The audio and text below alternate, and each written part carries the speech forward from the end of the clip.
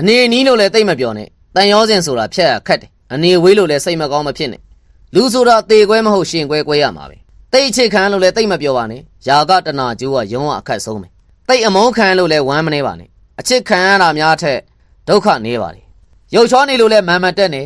ရေမချိုးရင်နံကြတာကြီးပဲရုပ်ဆိုးနေလို့လည်းအားမငယ်နဲ့အချင်းရှိရင်အစင်းရှိသူထက်သားတယ်ရနေလို့လည်းတိတ်မပြောနဲ့လောဘဆိုတာအတော်တက်ရခက်တယ်ပေးနေရလို့လည်းတိတ်ဝမ်းမနေပါနဲ့တန်တရားအတွက်စုဆောင်းပြီးသားဖြစ်တယ်လှုပ်တိုင်းဖြစ်နေလို့လည်းတိတ်ဝမ်းမသာပါနဲ့ဘဝင်ဆိုတာလေအဲ့ဒီဘဝင်ဆိုတဲ့အယူလေးကတွေ့ကက်တတ်တယ်လှုပ်တိုင်းမဖြစ်လို့လည်းစိတ်မညစ်နဲ့လှုပ်တိုင်းဖြစ်နေရင်အရှုံးဆိုတဲ့ဝေါ်ဟာတာပဲရှိမလဲအရေးလှုပ်တာခံရတိုင်းလဲဝမ်းမသာနဲ့အရေးမလှုပ်တော့ရင်အနေရခတ်မယ်ချမ်းသာနေလို့လဲမန်မတက်နဲ့အဲ့ဒီမာနတရားရဖို့အကြီးမားဆုံးအတားဆီးပဲ